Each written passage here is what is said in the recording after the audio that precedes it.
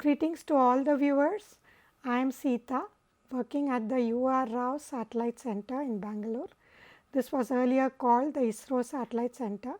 At our center, we design, develop and test satellites, and we also monitor the functioning of the satellites after launch. We work in a small group which also designs astronomy payloads at this center. So, today I will be talking to you about astronomy observations from space, specifically from the Indian space science satellites. As you may all be aware, Professor Vikram Sarabhai was the founder of the Indian Space Research Organization, and his vision was that we should be second to none in the applications of advanced technologies to the real problems of man and society. So, to this end, the main satellites which are developed at ISRO are the communication satellites, the remote sensing satellites and the navigation satellites. But we also realize the importance of space science from our center, and at regular intervals we also have space science missions about which you will be hearing from me today. So, the primary goal of ISRO is to make the launch vehicles, the satellites, the communication links, the applications and also the launch of the rockets with the satellites. So, I will now go over to the space science aspects of the missions.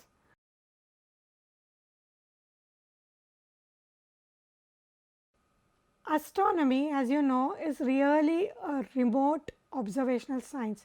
Why do I call it remote? Because the stars and the galaxies are our laboratories and we have no access to these laboratories, unlike what we do on ground with ground experimental science. So, we have to receive whatever information is coming from the remote laboratories of the stars and the galaxies, and the experiment, to say in a few words, is always happening. So, you can always monitor the stars and you can always interpret what you get from the information you collect. So, the aim of all our observations is to monitor, observe, detect the information and then analyze that information and finally interpret that information as to what is happening in the form of physical processes in the remote celestial sources. So, from now I will be referring to these stars and galaxies as celestial sources together. Of course, I wish to mention here that for planets alone, it is possible to reach the planets either in the form of orbiters or actually place landers or rovers on the planets for what we call in situ observations, that is on the planets observations. This is an exception as far as the other celestial sources are concerned. So, the primary way we receive information is in the form of light or photons. Photons which can be in any part of the electromagnetic spectrum, and we can also receive information in the form of particles. When I say particles, it could be charged particles like ions, protons, etc., or it could be uncharged particles like the neutrinos. Today, I will be talking primarily about what we receive from the photons. So, we receive 4 types of information in the form of photons. We can detect the source in the sky in the form of an image. We can also detect the intensity of the source in the form of temporal observations or what we call a light curve. And then we can also study the spectra of the source or the energy or the wavelength at which the source emits photons, and finally, we can also detect polarization, which is slightly more difficult from space than from on ground. So, imaging, what does it tell you? It actually gives the brightness of the object as a function of its position in the sky. Every object in the sky which is already detected has its position marked in the form of right ascension and declination in catalogues which we make based on these observations. So, the right ascension and declination of a source is like the latitude and the longitude of a place on the earth. So, depending on the right ascension and declination, we can point a telescope towards a portion of the sky and actually study the object. So, from imaging, what we can find is the morphology of the source. For example, I have shown you a picture on the left hand side which is of a galaxy. So, when I say morphology, I can find out whether this galaxy is a spiral galaxy or an elliptical galaxy, what is the shape, how are the spiral arms oriented, etc. So, that is what we call a morphology. This is meant specifically for extended objects.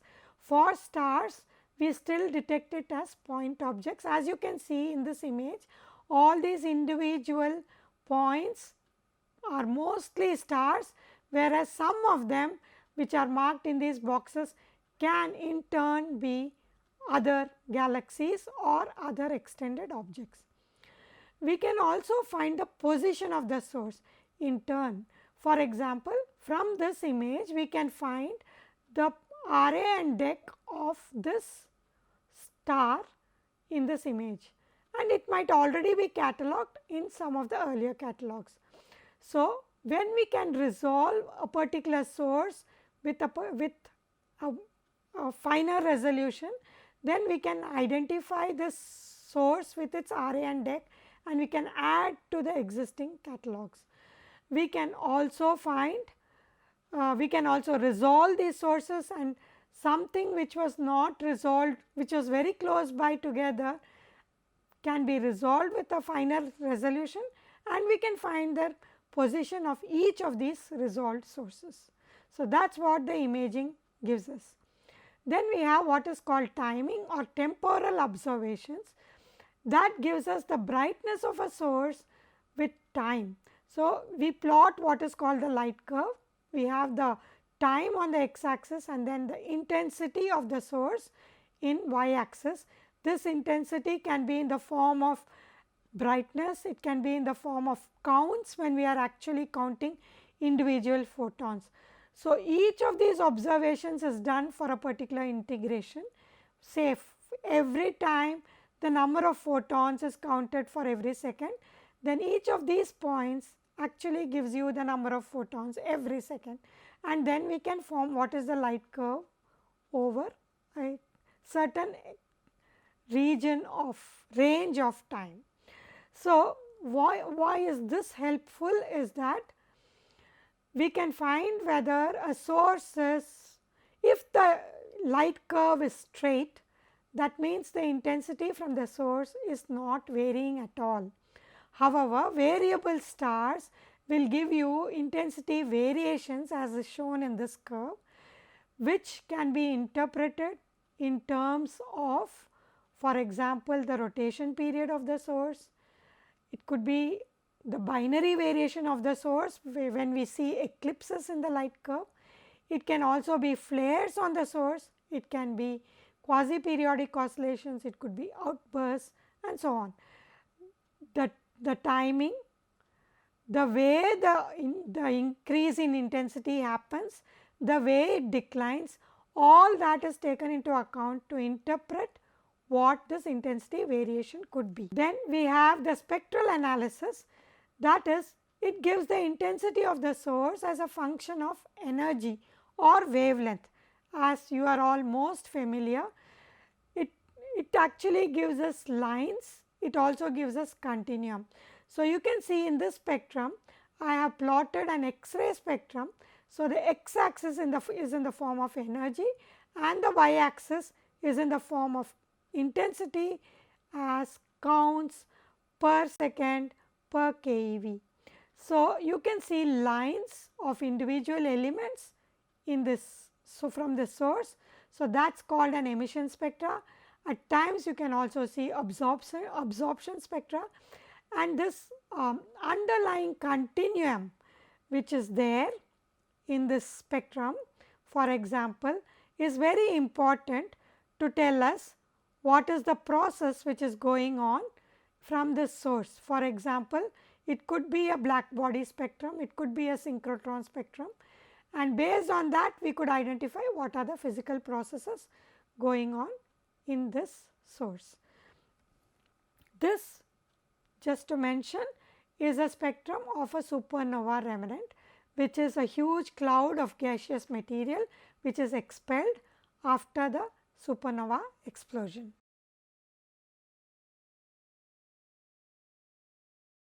I told you I am going to talk to you about space astronomy in particular. So, you may all wonder why go to space. So, let me put forth some arguments of why we want to go to space. So, let me tell you about the range of the electromagnetic spectrum where we want to observe. So, this gives a brief introduction of the electromagnetic spectrum, which you may already be familiar. It covers the range from radio all the way to gamma rays, and the radio part of the spectrum gives the longest wavelengths and the lowest frequencies. This slide also gives you associated temperatures which are associated with these wavelengths. So, as you can see, the radio wavelength covers from meters all the way to millimeters. This is followed by microwave, then followed by the infrared spectrum, and then we have the visible part of the spectrum, which is what we are most familiar with, because the visible part of the spectrum is what our eye uses for viewing the universe. So, we see whatever we see with the visible part of the spectrum. This forms the radio, microwave and the infrared forms part of the wavelengths which are longer than the visible part of the spectrum, or frequencies which are lower than the visible part of the spectrum. And then on the other side, so visible itself, the red part is closer to the infrared, the blue part is closer to the ultraviolet. So, on the blue side we have the ultraviolet, X-rays and gamma rays. So, you can see the size also associated with each of these wave bands and the temperatures. So, can we observe all these wavelengths from ground is the next question which we come to. As I said, we can observe the visible because we are seeing the sky with our eyes, and we can also observe the radio, some parts of the radio wavelengths from the ground. However, the Earth's atmosphere does affect the other wave bands of the electromagnetic spectrum. So, the absorption from the Earth's atmosphere could be either total or partial. The atmosphere can also lead to emission and scattering. So, absorption happens due to pure rotational or rotational vibrational bands, or due to atomic transitions, electronic transitions which are corresponding to molecular or that corresponding to atoms. As you know, the main constituents of the atmosphere is nitrogen and oxygen. We also have water vapor and carbon dioxide. All these cause the absorption which happens in the Earth's atmosphere.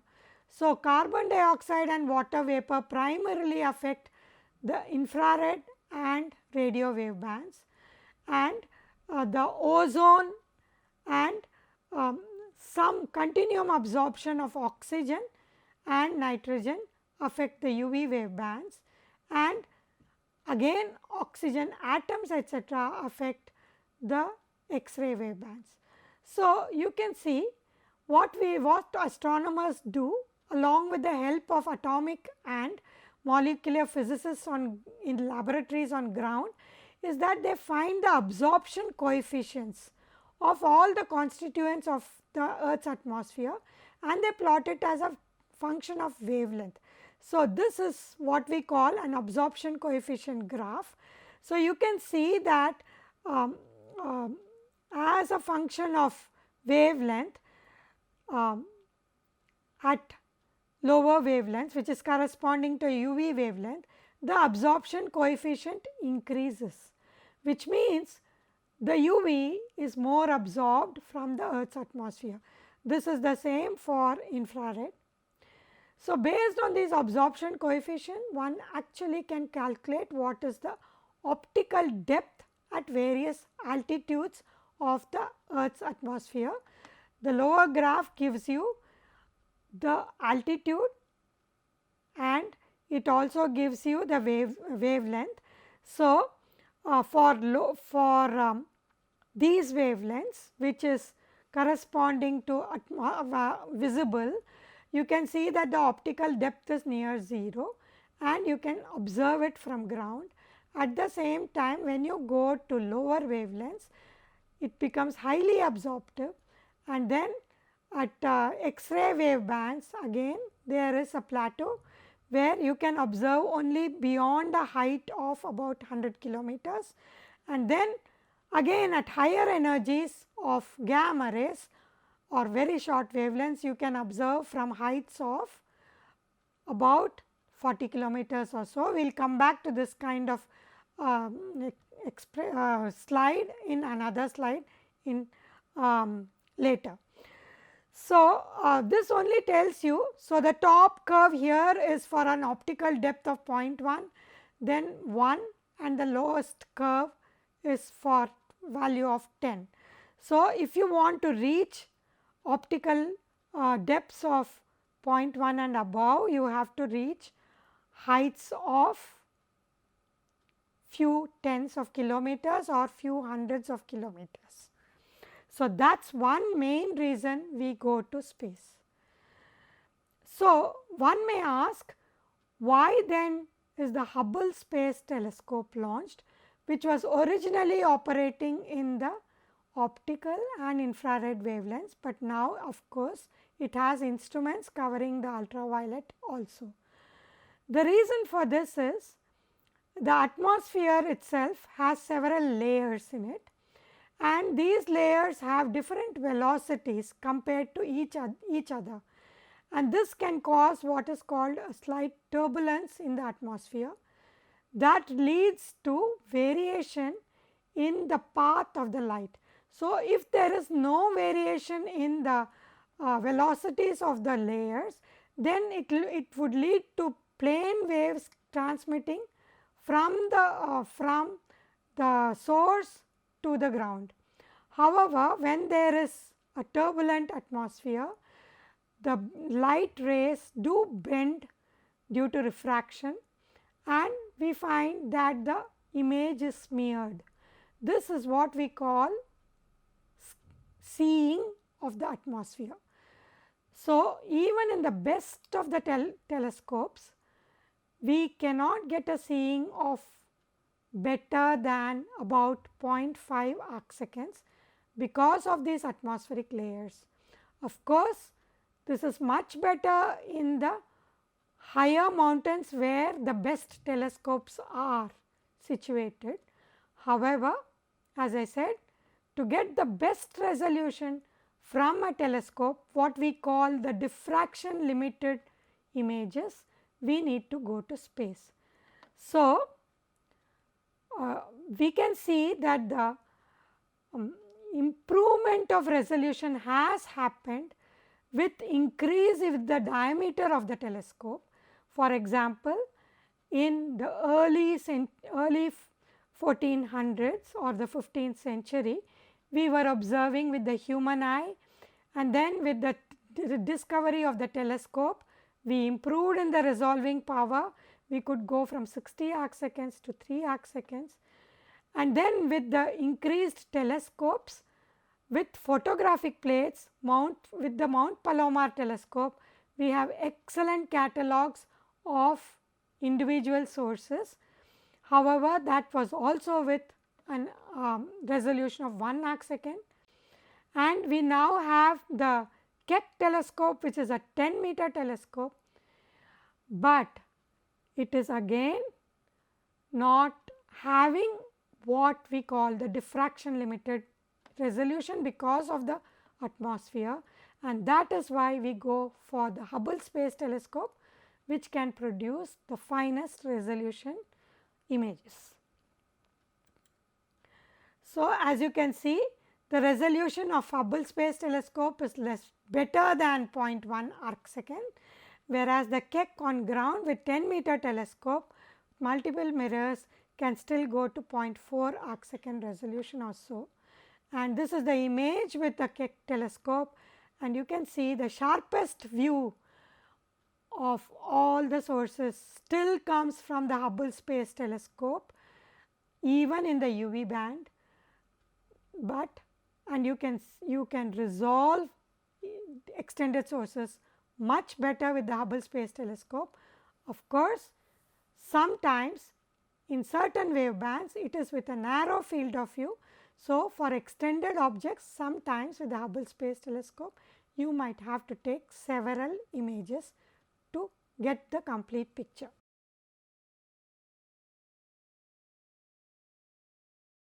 So, I hope I have convinced you why we need to go to space. Now, let me tell you why we need to have actually multi-wavelength observations. I told you I want to cover all the way from radio right up to gamma rays. Why do we need this?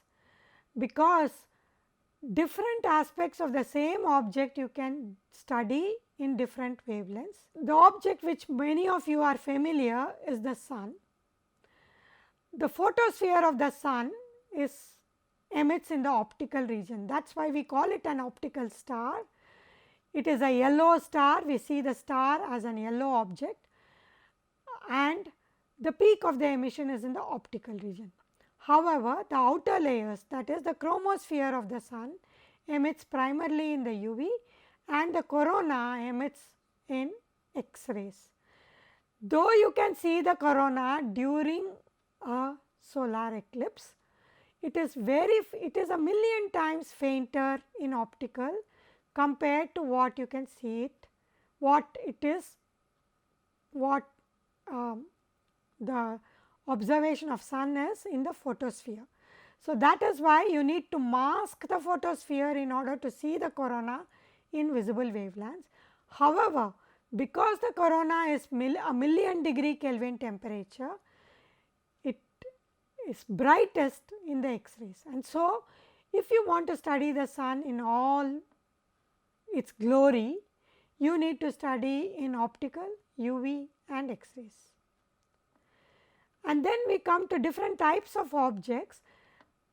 There may be some objects which we cannot view with certain wavebands. For example, the centers of galaxies usually, including our own galaxy, usually has a lot of gas and dust. So, the center of our galaxy we cannot view in the optical, and those we have to view in infrared or in UV, and that is how we gather the information about the centers of a galaxy. So, we observe these regions in other wavebands. It is also that depending on the temperature of the individual sources, they are best observed in certain wavebands.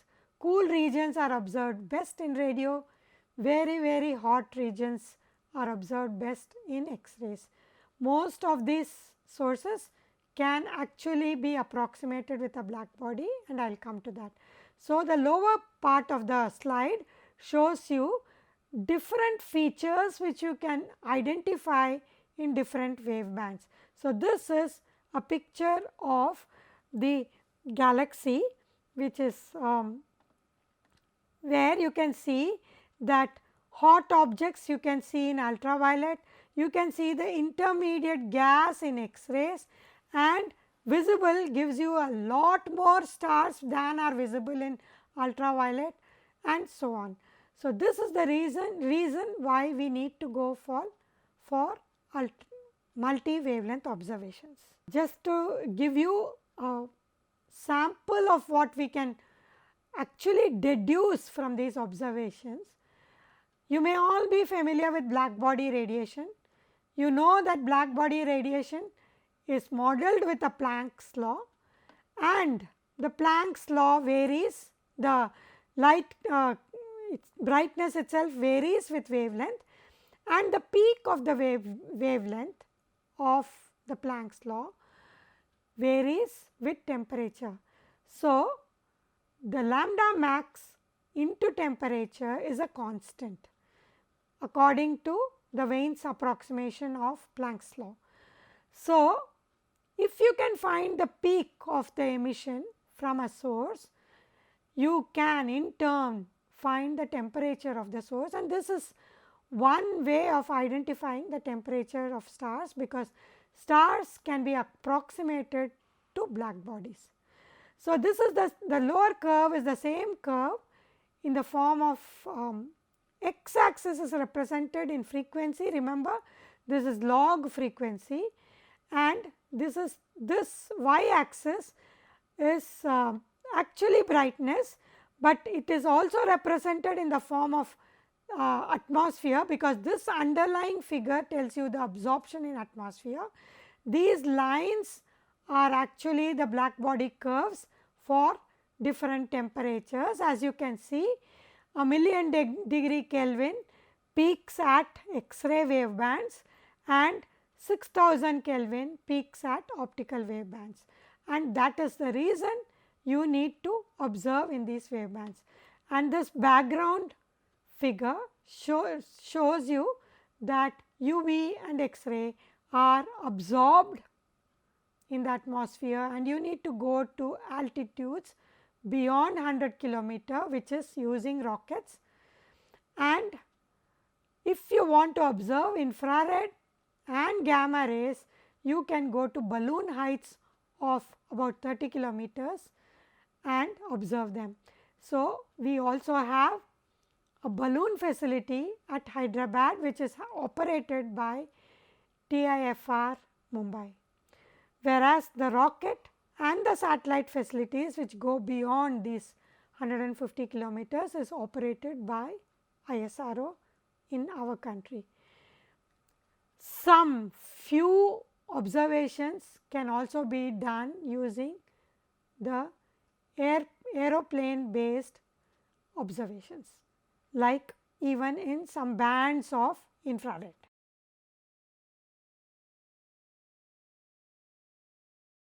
The ISRO itself started its space program with sounding rockets. The rockets at that time were from other nations. We used the Tumba launching station to launch these rockets primarily for atmospheric science studies. As I told you, the atmospheric layers have various layers like the stratospheric layers, the magnetospheric layers, and so on, and the ionospheric layers, beyond at which most of the constituents of the atmosphere is ionized.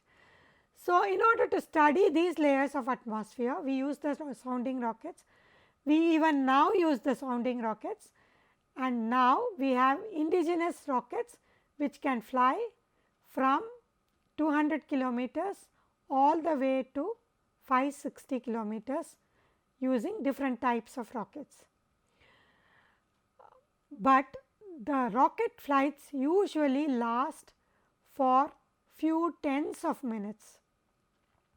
So, the experiment which you fly on a rocket will observe the celestial source only for that duration. Therefore, in order to observe these celestial sources for much longer time, which is essential for astronomy studies, we use satellites.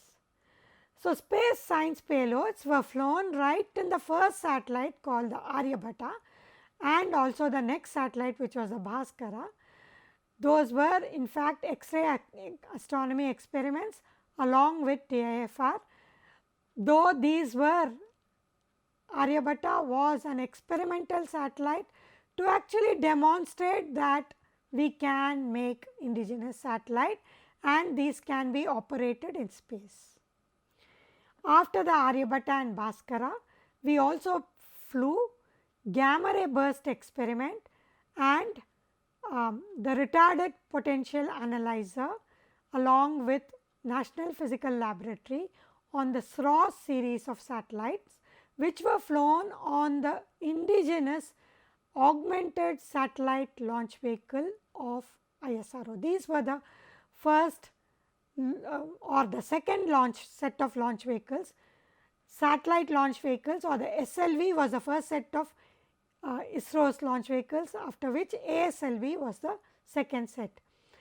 And then we used the next PSLV, that is the Polar Satellite Launch Vehicle, to fly the Indian X-ray astronomy experiment on IRS P3, and this was again a collaboration with TIFR. Science experiments often lead to new technology developments. So, this satellite, the IRS P3, was the first satellite which could actually point inertially to individual stars, and we could move from one star to another and study them for several days together. So, this technology was proven with this satellite, and this experiment was operated for over 3 years, and we could get excellent data from this X-ray astronomy experiment, after which the AstroSat was actually conceived and designed. Then we also used the geostationary platform to actually fly a solar X-ray spectrometer. So, as you can see, we have used for space science all the platforms available with ISRO. After these experiments, ISRO decided it was time that we launch dedicated missions for space science, and that is how we started with the Chandrayaan-1 mission, which was launched in 2008, followed by the Mars Orbiter mission, which was launched in 2013, and followed by the AstroSat, which was launched in 2015. So, these are the missions which I will be talking about in the talk today. And then the upcoming missions are the Chandrayaan-2 mission, which has an indigenous rover and a lander. We also have the polarization satellite, that is the X-ray polarization satellite called the XPOSat, which will study X-ray polarization from individual sources. And then we have also the Aditya L1, which will study the sun, specifically the corona of the sun in multiple wavelengths extending from optical, UV and X-rays. So, I will now talk to you about Chandrayaan-1, the Mars Orbiter mission and the AstroSat.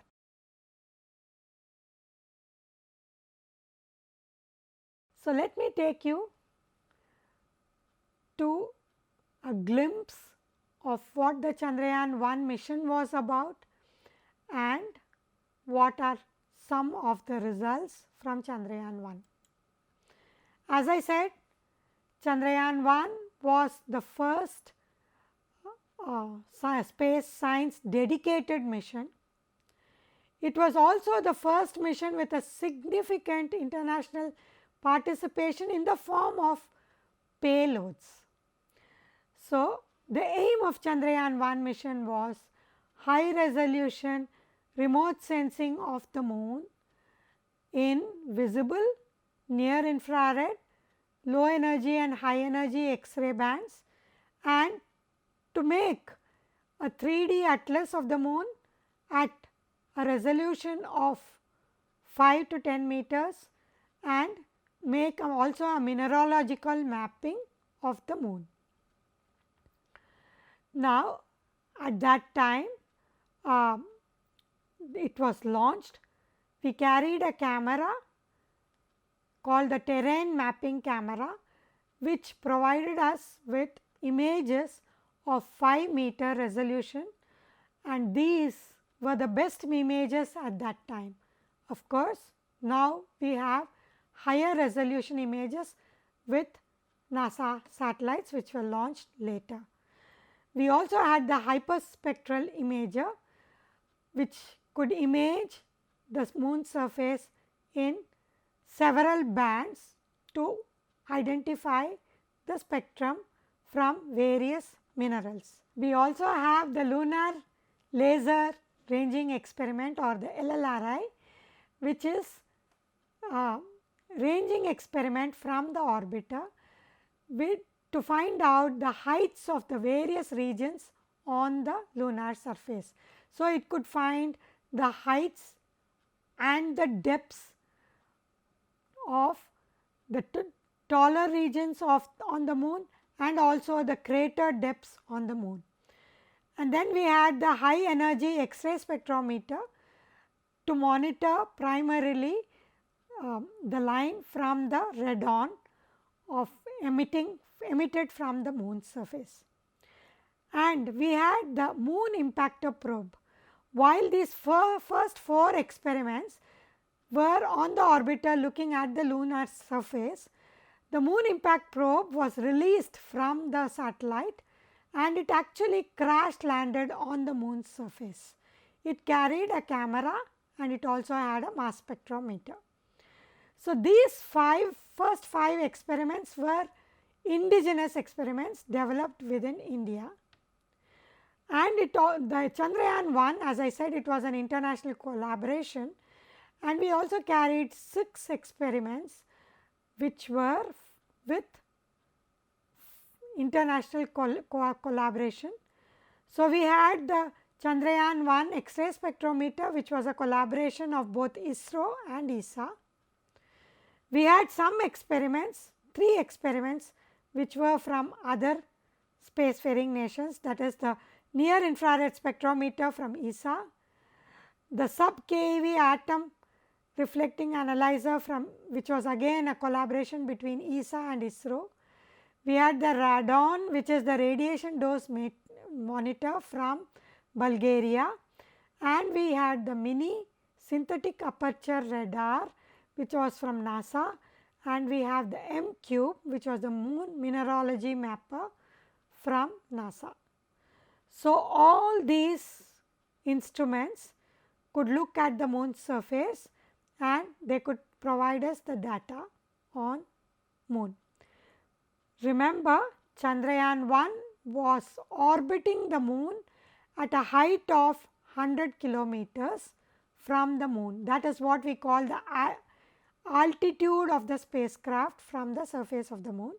It was launched on 22nd October 2008 by PSLV, and the mission ended on 30th August 2009. The orbiter is still orbiting the moon, but we cannot receive signals from Chandrayaan-1 now. You might have often seen images like this. These are what we call 3D view or what we call digital elevation maps. So, what we do with the terrain mapping cameras is we take different views of the same region at different angles. So, combining those different angles, we can actually create this 3D map of the moon. Now, the 3D map of the moon can be displayed in the form of black and white images, which is extremely comfortable for viewing, so that you can see the undulations with your eyes. However, if you want to see fine features of how much the altitude is varying, we also create this artificially colored 3D maps. So, you have what is called color indicator, and so this colors are mapped to the different heights on the moon. So, based on this color you can find out the height based on this index. So, these are what are called digital elevation maps, and we could make these with the terrain mapping camera of the Chandrayaan-1, and as I said, the best resolution of terrain mapping camera was 5 meters on the lunar surface. The major discovery from Chandrayaan-1, as you are all aware, was the discovery of water on moon. Chandrayaan-1 was the first satellite which actually found the proof of existence of water on moon. So, as you can see, the hydroxyl ion can be detected at around 2800 nanometers, whereas the water can be detected at around 3000 nanometers. Of course, the ice can be detected further at 3200 nanometers, but the moon mineralogy mapper, which was the infrared instrument which could actually detect the spectral signatures of this hydroxyl and water, was operated only till 3000 nanometers. And so, M cube had detection capability from 500 to 3000 nanometers. So, we actually obtained data from moon mineralogy mapper, that is the M cube experiment of NASA, and we could detect evidence of hydroxyl and water as a function of latitude also. This right hand graph shows you as a function of wavelength the radiance, and as you can see, this is the spectrum which we obtain at various latitudes, this being the lowest latitude of about 18 down to 81 degree latitude, and so you can see that the spectrum intensity of water increases as we go higher in latitude. So, this is evidence of water from the moon mineralogy mapper, and as you can see, we can see only part of this line, and that is why this initial data had to be confirmed with Cassini data. So, that the Cassini data has also contributed to this proof of water on moon. This variation with latitude is expected because water, being a volatile, if it was present all over the moon, the lower latitudes receive sunlight for one whole day of the moon, which is corresponding to 14 days of earth days. So, it is likely that at the lower latitudes the water can evaporate and it can go away from the moon, or as a volatile it can also get transported, it can evaporate and it can also condense at a higher latitude where the regions are cooler. So, that is the reason we expect higher amounts of water in the colder regions at higher latitudes on the moon. In addition to this result, the M cube could also make a 3-color composite based on the near infrared reflectance. As I told you, it was a mineralogy mapper. So, you actually map the moon at specific wavelengths based on the reflectance from the moon. So, the blue regions are associated with OH and water. The red regions are actually, the orange or the red regions are the 2 micron reflectance due to iron bearing minerals, and the green part is the reflected brightness at 2.4 micron. So, the black regions are the regions which could not be observed by M cube due to either the revisit time or due to the the short life of Chandrayaan. We could not cover the complete coverage of the moon. It could be due to both. These results were published in Science October 2009 issue. So, you can all go read this paper to find more details about these results. As I told you, that was the infrared spectrum giving rise to the evidence of water and hydroxyl on the moon. We also found water in the form of water vapor using the mass spectrometer called the CHASE on the moon impactor probe. So, the mass spectrometer actually gives us data on each mass unit, what is the pressure which is observed for that corresponding mass unit. So, this is what that instrument provides us with. So, as I told you, this moon impact probe was detached from the satellite and it crash landed. So, when it was detached, it was at this was a spectrum at 96 kilometer height from the moon surface, and at 0.7 kilometers just before it impacted, this was a spectrum, and H2O, that is water vapor, has a mass unit of 18, that is 2 due to hydrogen and 16 due to oxygen, and you can see that there is an increase of contribution due to water vapor, and this result was published in Planetary and Space Science, and this is detection of water in the form of water vapor from the moon's surface. Then we come to the mini SAR, the mini synthetic aperture radar. This is actually a radar which operates in the radio part of the waveband, and it can penetrate a certain depth of the moon's surface.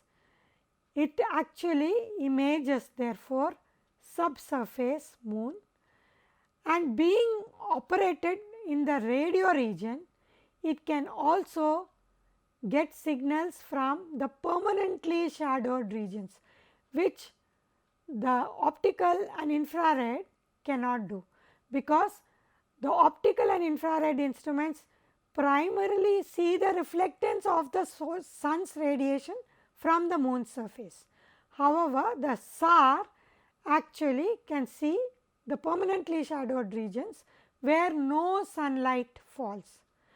This is very important because, as I said, transport of volatiles is expected from the equatorial regions to the higher latitude regions on the moon, and then these volatiles are supposed to be existing in the permanently shadowed regions from where they can no longer evaporate. So, you might find large deposits in permanently shadowed regions, and that is the reason it is very important to study these with a radar. So, this radar actually studies circular polarization from these regions, and they find water in the form of water ice. Okay, and so this shows you that there is water ice in the circular polarization histogram. Further, let me come to the results from other instruments on Chandrayaan-1, combined with some other data from also the Lunar Reconnaissance Orbiter of NASA, which is LRO in short. We find that there are regions which look like ponds. You can see these regions, which are lava ponds on the moon's surface, and you can also see evidence of flow of lava in these regions.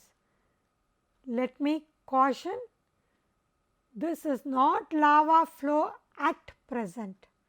This is solidified lava, but this indicates that the moon did not stop evolving several giga years when the moon was formed and it finished its initial evolution. This volcanism is dated to few million years from now, few million years back from now, and therefore, this is indicative that in fact moon was active even up to few million years back. And so, this is corresponding to what we call evidences of volcanic lava, volcanic vent and lava channels as much as recent. This is what astrophysicists call or geologists call as recent as 100 million years back. Okay.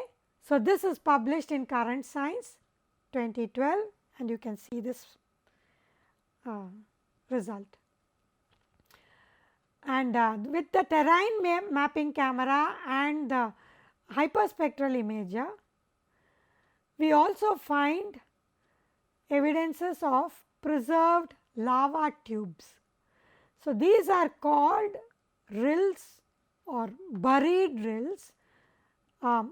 These are actually lava tubes which are hollow. This they think are formed due to quick solidification of lava, so that the lava is not a solid, but it in fact has a hollow tube underneath, and the tube thickness itself is several meters, and therefore, it is conceived that these tubes can be used for human settlements. So, humans can possibly go in future when humans go to the moon again and they want to stay for much longer times on the moon, they could probably use some of these buried lava tubes to protect themselves from space radiation and form colonization there, because as I said, these lava tubes are found to be several meters thick, and as you know, the moon does not have an atmosphere, it does not have a very high magnetic field, it does not have a global magnetic field like the earth, and therefore, space radiation which is coming from the sun, which is coming from cosmic rays, etc., it actually impacts on the moon. So, there is a lot of radiation which impacts on the moon surface, charged particle radiation like the protons, the nuclei, etc., which bombards the moon all the time. Therefore, you have seen that humans wear a space suit to protect them from this radiation. So, for living for longer times on the moon.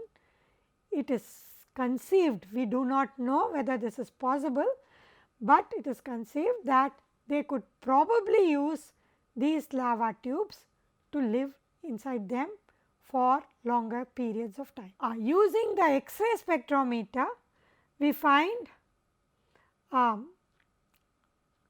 the chemical composition of the moon's surface. The X-ray spectrometer again, even though it is an X-ray spectrometer, it again needs solar illumination of the lunar surface, which can then make the elements on the lunar surface fluoresce, and that fluorescence lines can be detected by this X-ray spectrometer. This fluorescence happens when there is increased radiation from the solar X-rays. So, this happens usually during the solar flares. So, you need a solar flare to cause a fluorescence on the moon's surface, which can then be detected by an X-ray spectrometer. So, as you can see the results, you can see calcium, you can see iron lines, and you can also see magnesium, aluminum and silicon. We also find that there is a strong evidence of 2 to 3% sodium in plagioclase of highlands. Now, this is a mineral. At some stage, astronomy actually merges with geology when we go to planetary studies, especially when we study the surface and we study in situ on planets. So, plagioclase is a mineral which was expected to have more of potassium, but with the X-ray spectrometer we find that it also has sodium, which is about 2 to 3% in abundance, and this is the first direct measurement of sodium in this mineral. So, we would like to actually study this further in future experiments. So, this is the result from X-ray spectrometer. We also have the mass spectrometer, I told you. In addition to that, there is a solar wind study experiment called the SARA, which is again, as I said, collaboration of ISRO and ESA, and this experiment was to monitor the incoming solar radiation, or what we call the solar wind, which primarily consists of hydrogen nuclei, and hydrogen nuclei is just protons. So, hydrogen which is impinging on the lunar surface is expected to be absorbed by the lunar surface, and this is expected to be one of the important constituent which goes into formation of water. But we find from the SARA experiment that all of the impinging solar hydrogen is not absorbed. In fact, 20% of the solar wind is in fact reflected back, and this reflection also varies with latitude, and this has also been further studied. So, this is another important result we have from the Chandrayaan-1.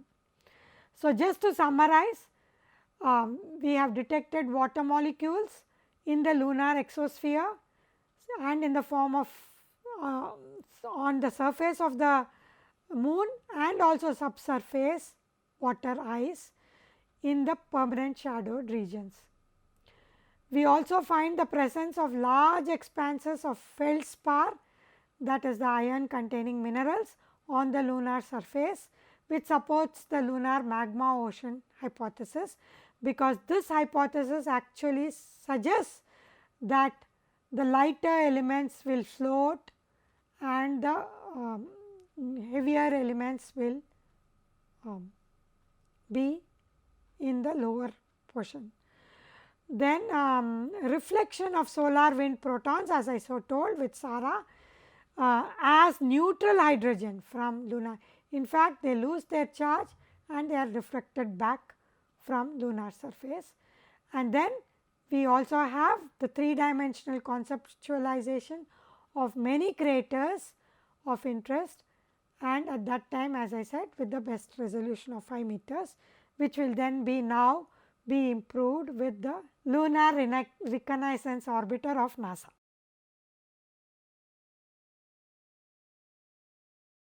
I now come to the Mars Orbiter mission.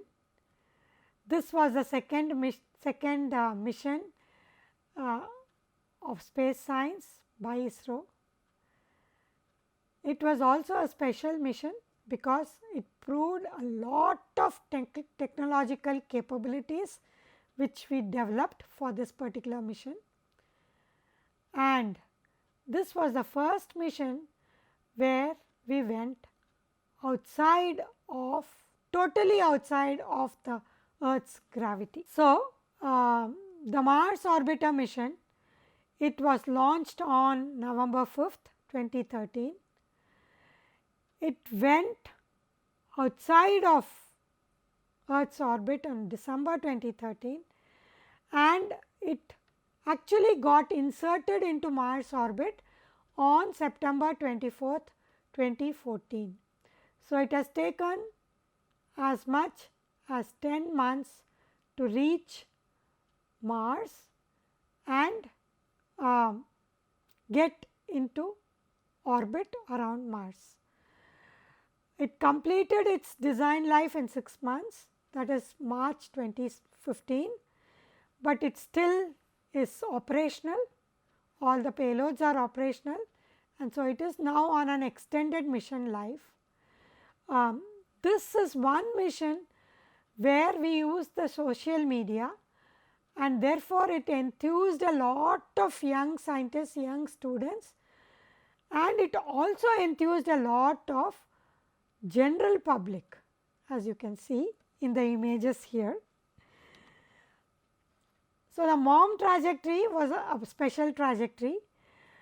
Many of the interplanetary missions of other nations and other space agencies, they put the satellite into orbit directly into what is called a heliospheric orbit, that is outside the Earth's gravity. We could not achieve that velocity with our launch vehicle. So, we actually did several earth burns. So, this is a unique trajectory for us. The PSLV launched it into a highly elliptical orbit, and then the engines on the satellites were fired to put it into a much higher elliptical orbit, which was still around the Earth.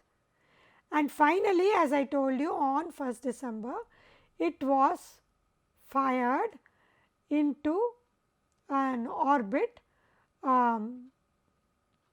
which went out of Earth's orbit into what we call the heliospheric orbit, as you know, because all planets orbit around the sun. So, the Earth is orbiting around the sun and the Mars is also orbiting around the sun, and so we have to leave the orbit around the Earth and traverse and catch or reach Mars and put it into its orbit at the position of Mars at that time when it reaches Mars, which is in September 2014. So, this time was taking the long time of 10 months. It has traversed around over 600 million kilometer, and after traversing this distance, it has to go and the engines again have to be fired, so that with such a good precision that it has to get into orbit of the Mars. If the precision was wrong, it could either crash land on Mars, or it could just go away as a flyby away from Mars. 42% of Mars missions have failed due to all these complexities, and we are very happy to inform that we, during the first mission itself, we could put our satellite into the Mars orbit. However, we wish to say that we did learn from all the earlier missions. We actually studied what were the issues which the earlier missions had faced, what were the advantages which the earlier missions had, and based on that we could design our mission such that we could reach it in the first attempt itself. So, we have many firsts to our credit.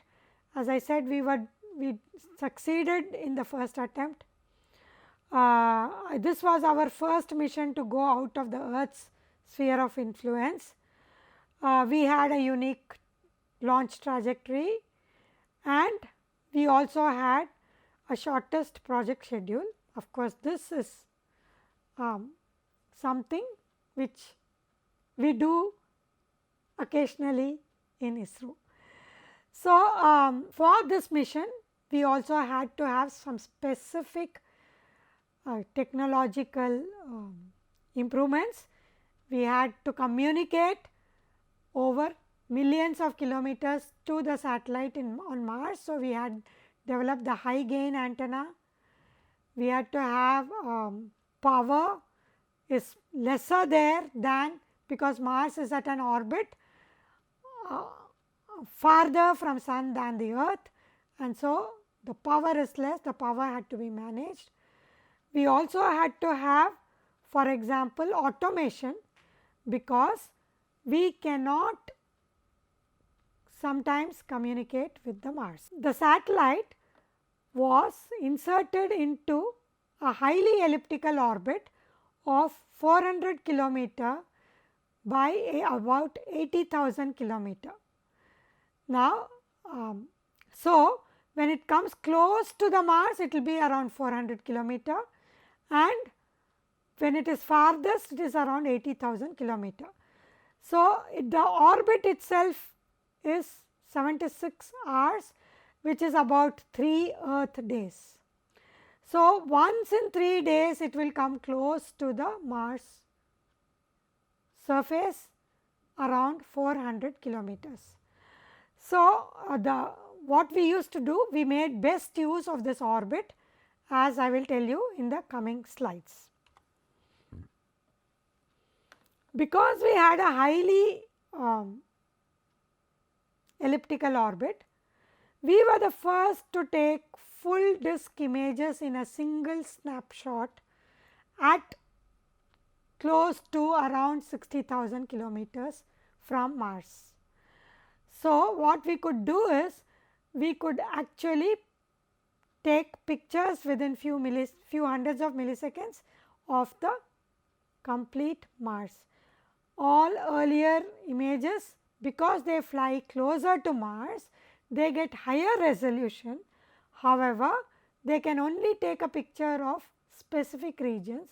To create a picture of complete Mars, they have to make a mosaic of hundreds of such images. So, when we are at apoapsis or apoarion, as we call it for Mars, we actually take full disk images, and then when we come close to the periarion or around 400 kilometer, we take high resolution images of Mars. So, these are combined. So, you will find that there is a combination of these two images which we can take from the Mars color camera. Then I talked to you about the communication. I told you there is something called the blackout and whiteout geometry. Depending on whether Earth comes in between Sun and Mars, or Sun comes in between Mars and the Earth, and therefore at those times we cannot communicate to the satellite, simply because Sun also emits in radio, and we communicate with the satellite in the radio. So, during these times we have what we call, we operate the satellite in autonomous mode. So, we have developed a lot of autonomy for this satellite. So, we upload all the commands which the satellite should execute for maybe several days, and the satellite executes these commands in an autonomous mode, and then when this whiteout or blackout geometry is ended, we again start commanding the satellite from the Earth using ground commands. Amongst the some other firsts, we also image the Phobos. The Phobos and Deimos are the two moons of Mars. Like we have only a single moon, but the Mars has two moons. Phobos is the inner moon and Deimos is the outer moon. And because we have the highly elliptical orbit, we could image the Deimos from the farther side of Deimos, because our orbit is on the outer side of Deimos orbit, and we could image it at particular times when the orbits were favorable. So, this is the first farther side image of Deimos which we could get from our satellite. Then we have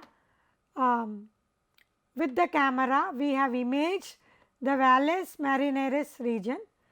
As you know, we have the Grand Canyon on the Earth. Mars has much deeper, much wider such canyons. This is one of the very famous regions, and we have imaged this.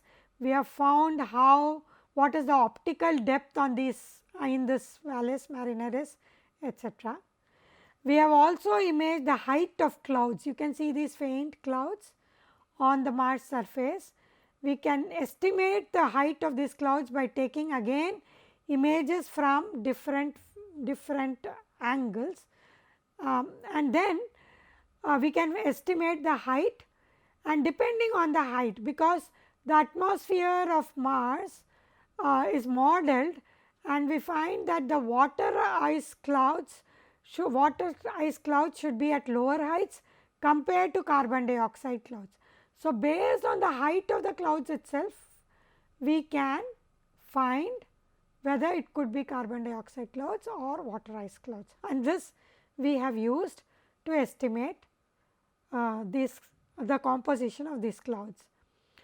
We had 5 experiments on the satellite. So, one was the camera which I described. Then the other experiment was the Mars methane sensor, or the methane sensor for Mars, as it is called, MSM. This operates at a waveband of 1.65 micron.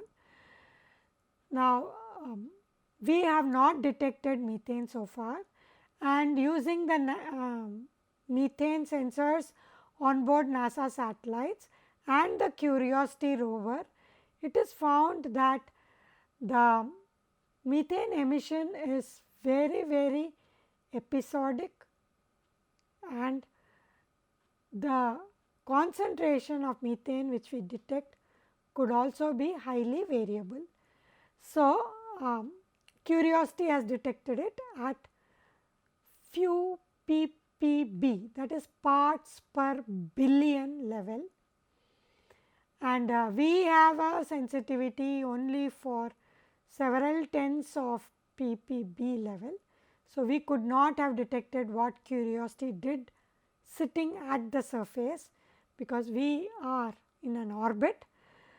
So, we have taken the reflectance map of the Mars at 1.65 micron, and this is then used to find the reflectance of Mars at this waveband, just like we made the reflectance map for several minerals with Chandrayaan 1. Just to indicate to you, we have also released Mars orbiter data, and we have also released Chandrayaan 1 data. Chandrayaan 1 data was released in 2013.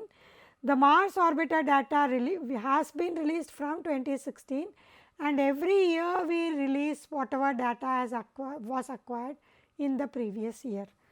So, you could go to this site, which is the www.issdc.gov.in, which I will display in the AstroSat in the end, and you can see data corresponding to these satellites. We have also detected, as I said, water ice clouds, that was carbon dioxide clouds, the water ice clouds on the Tharsis region, and you can see these are all volcanic regions, very high mountains on Mars, and you can see the variation also. This is an image taken in northern springtime, and this is the image taken in autumn, and that is with a variation of sun angle, and you can see that there are no clouds in this picture. So, we have also been able to use these pictures to study how the cloud pattern varies. Then we have a mass spectrometer called the MENCA on the satellite. So, as I said in the Chandrayaan 1, it can actually find for each mass unit what is the pressure corresponding to that mass unit, and therefore find the abundance of that unit if we can calibrate it in terms of abundance. So, one main result of MENCA is that we find during the evening times that the way at about 270 kilometers height, the compositional structure of the atmosphere of Mars varies. As you all know, the atmosphere of Mars consists primarily of carbon dioxide.